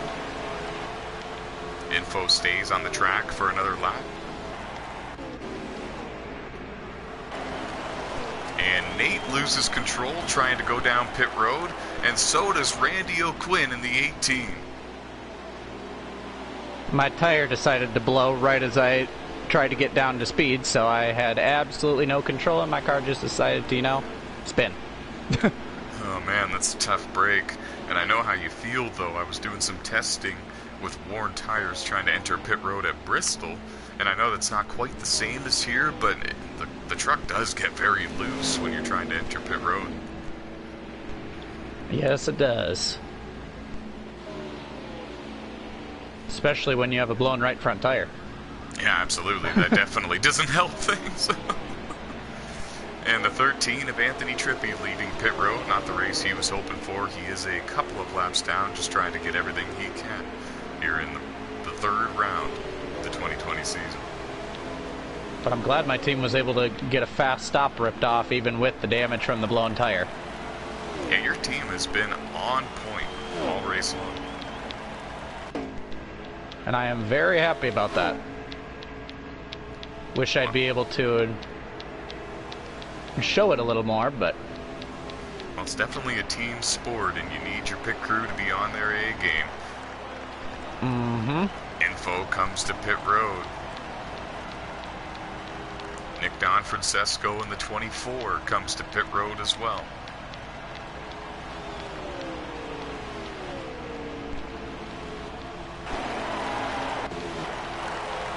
Kevin Tattersall stays on the racetrack. He takes over the lead in the number 3 Chevy Silverado. Is that the case? Yep. Okay. Just so hard to keep track of things, just trying to make sure I know what's going on. Having an in-race reporter is very good. So yes, the 3 is still on the lead lap. Yeah, that answers that. And having a great run at that, not a mark on that truck.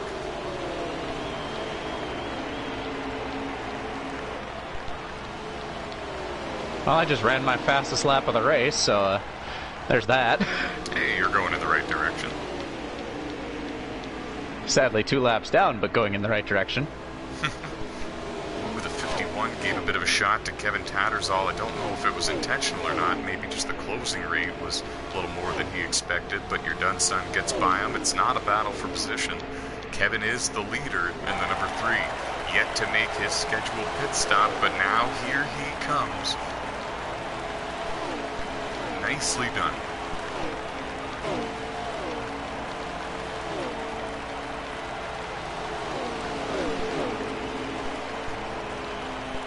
Don't know if he's got the right strategy or not, and I'm sure he doesn't even know for sure. But he's doing everything he can. He's leading laps, and even if this doesn't pan out for him, he's going to get a top 5, at worst a top 6 or 7 finish. As long as he doesn't get involved in an on-track incident.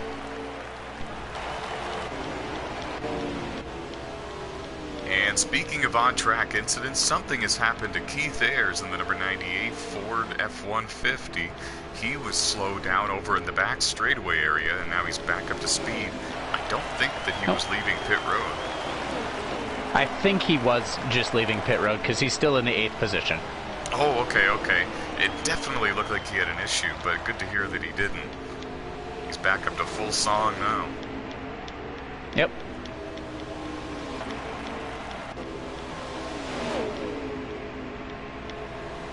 And yeah, he's definitely up to full speed. Getting back up to speed with the leaders now. OG Info, driver of the number 50, Chevy Silverado, looking for his 2nd win of the season.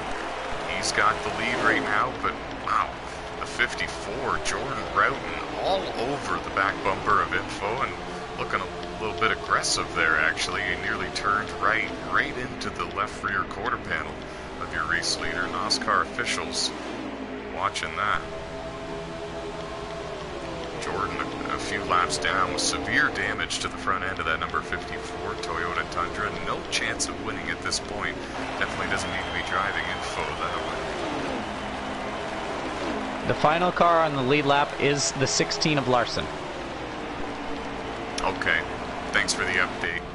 And Keith Ayers is in 7th. So Keith is definitely recovering after that on-track incident. Yes, he is. Not on the lead lap, but still having a pretty good day. Nope, Keith is still on the lead lap. Oh, is he? Okay, very good, very good.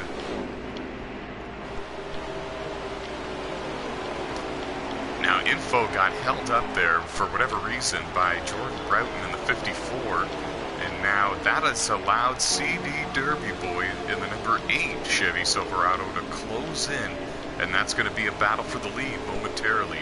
CD Derby is the truck just behind the number 51 Toyota Tundra that you see popping into your frame behind your race leader. See if we can find him. And there he is, and just when we find him, he's going down pit road for scheduled service.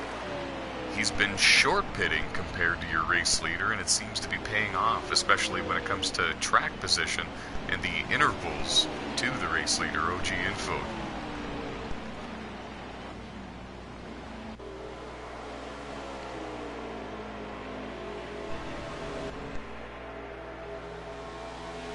Haven't spoken much about the NOSSCAR Street Tech Series champion Jarrett Reese driving the 09 Chevy Silverado.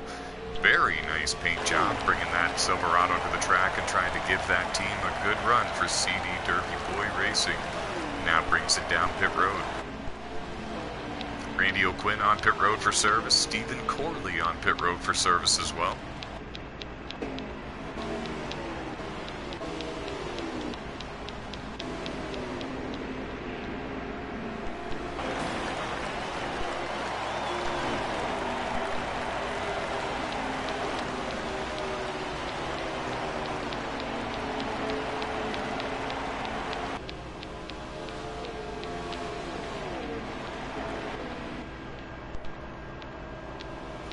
Info leads the way here in the Bulldog 200. He's had a great race, kept it on the lead lap, and in position to do just this, what he's doing right now, and that's put himself in a position to win lead laps and be there at the finish. He's on a bit of a different pit strategy than CD Derby Boy, and Nick Donfrancesco in the 24, I believe, is on the exact same pit strategy as Info. They are now running 1-2 on the racetrack. Nick about 2.5 seconds behind your race leader, and he's closing the gap, and I'm not sure if this is a strategy move by Info to maybe lift off the throttle a little bit and save his stuff, or if Nick has found some speed late in the going. Jordan Roughton now goes to pit road, and good riddance. I'm happy to see it. He was making me nervous. He was racing the leader, very aggressive for a number of laps, and that's not the way you're supposed to do things. Yeah, that 54 was making me nervous a couple of times that I was around him, but he seemed like he was able to control his truck, which is a good thing. Just seemed to be sliding left and right and getting awfully close to the left rear quarter panel of the leader a couple of times. And now the leader is coming down pit road, and it looks like Nick Donfrancesco is going to join him in the 24. Yep. So the two front runners come into pit road, and we're going to have to see where CD Derby Boy is when all of this cycles through, because CD was not very far behind your race leader at the start of the green flag cycle, and he's had those fresh tires for a couple of extra laps.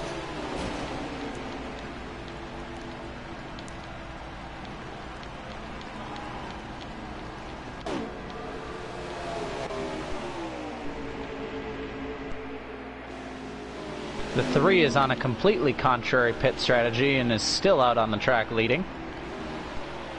Yeah, Kevin Tatters is keeping us all on our toes, guys. He has not come to pit road yet. He's been able to stretch the tires and fuel a whole lot further than the rest of his competition. And he's looking to park it in victory lane here for the Bulldog 200 if all goes his way and according to plan. But if he can't pull this off, I believe that the battle for the win is going to be between Info, Nick Donfrancesco, and CD Derby Boy. It's going to be those three battling for the trophy at the end of this one. If he can go 2 more laps, I believe he'll be able to make it on fuel. And second place is the 16 of Larson, a half a lap behind him. Oh my. Because Larson has yet to pit as well. Wow, so Larson really gambling as well. And remember, Larson started deep in the field, so he's doing everything he can as well. There he is, right behind your in-race reporter, Nate Schultz.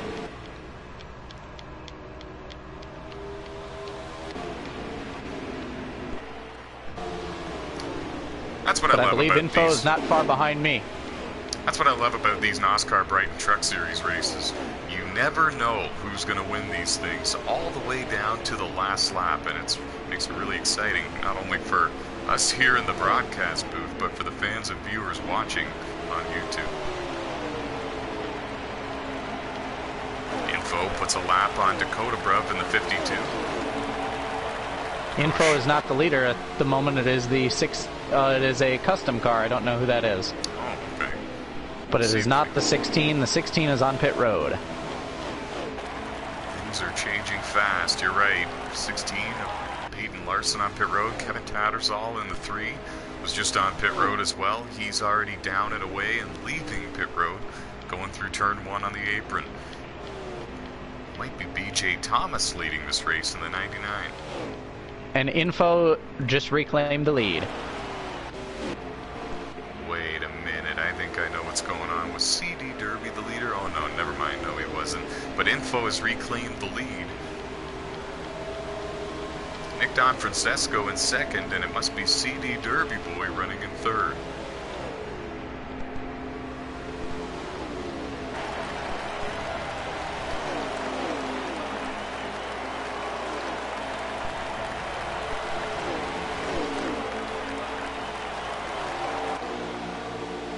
How many laps to go, Nate? I have 11 to go, which means the leaders have 9 to go. Okay, thank you. And I am on pit road right now for my final stop, hopefully. Perfect. You timed it out right. That's about the number of laps you can go on these tires. Info in the 50 leads the way, coming now across the stripe for 8 laps to go in the Bulldog 200 at Atlanta Motor Speedway, and it would be a bold statement for him if he can win this race and go 2 for 3 to start the 2020 NOSSCAR Brighton Truck Series season. He's got a very sizable gap over second place Nick Donfrancesco in the 24. Nick had high hopes of winning this one, drove a very clean and consistent race all race long, has put himself in a position to win many of these races, but it looks like he might fall short unless he can find a bit more extra speed and get to the back bumper, the tailgate of that number 50. Remember, these guys may have to pit again, or they may blow tires. Yeah, this is true, actually. I'd say the gap is about 4 seconds, and there's 2 lap trucks in between the 2. But if he can utilize the draft with a couple of these lap trucks in front of him, he might be able to gain some ground before they have to pit again, because you're right. Now that you've mentioned that, I think that they do need to pit again.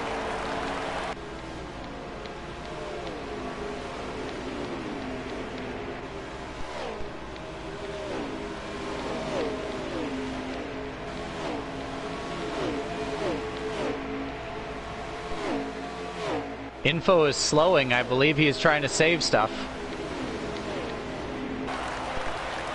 You're not kidding, actually. He let one of the lap trucks go by him, which is Charlie Irwin in the 45, and Nick Donfrancesco is closing, and closing fast. It was about a 3.5 second gap, and it is now down to 3 truck lengths, folks. The battle for the lead is on.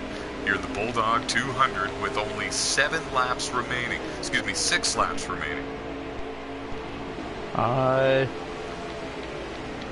Make that 4. 4 laps to go? 4 to go. And they're coming out of turn 4 right now, so is that 3 to go now? Yep. My goodness, 3 laps to go. And we're going to see another battle for the ages here. These two know all about battling each other for the race wins here in NOSSCAR, not only here in the NOSSCAR Brighton Truck Series, but in the NOSSCAR Motormaster Series as well as the NOSSCAR Platinum Cup Series if you really want to get into detail. And now something going on with Nick Donfrancesco. He is drastically slowing. Nate Schultz, the M-Race reporter, goes by on the outside. Info slowing as well. Definitely some fuel or tires or both being saved. And a huge move by Nate to go through the middle. And we got a side-by-side battle for the lead. Sorry to cut you off. Info and Donfrancesco are side-by-side going at it. I was just about to say, I think I just pulled somebody around. Info keeps the lead. He clears them, drives hard back on the inside. And I believe this is the white flag. 1 lap to go in the Bulldog 200. Charlie Irwin spun back there near the start-finish line. But we're keeping our eyes on the battle for the win. Just to update you, CD Derby is running in 3rd, but he's not up there with these guys fighting for the win. Info holds on. He's got a 2 truck length advantage, and he blows a tire. Turn 4, Info blows a tire. Nick Donfrancesco takes the lead, and he wins the Bulldog 200. Wow. That is something. Info with a heartbreaker coming to the line, coming out of turn 4. The right front blew, and it gave way on that number 50 Silverado. And it was Nick Donfrancesco picking up the win in the number 24 truck. First win playoffs. Oh, and only my goodness. 3 cars finished on the lead lap. Wow, 3 trucks finish on the lead lap. And Nick Donfrancesco picks up his 2nd career NOSSCAR Brighton Truck Series win. First of the season. With the 3 of Kevin Tattersall finishing 2nd. Oh, man. Wow. I can't believe what we just witnessed, folks. They were battling hard, and it looked like Info was going to win this thing by a couple of truck lengths, and all of a sudden that tire gave way, and Donfrancesco was right there to capitalize. He gets the win, and he's going to the playoffs.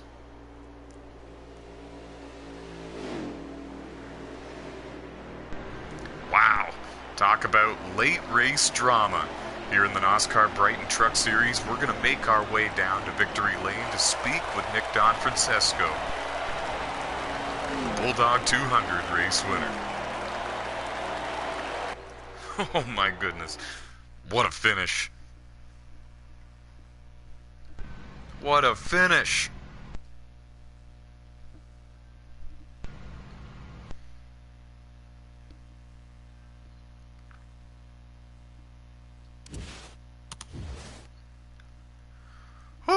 What a finish.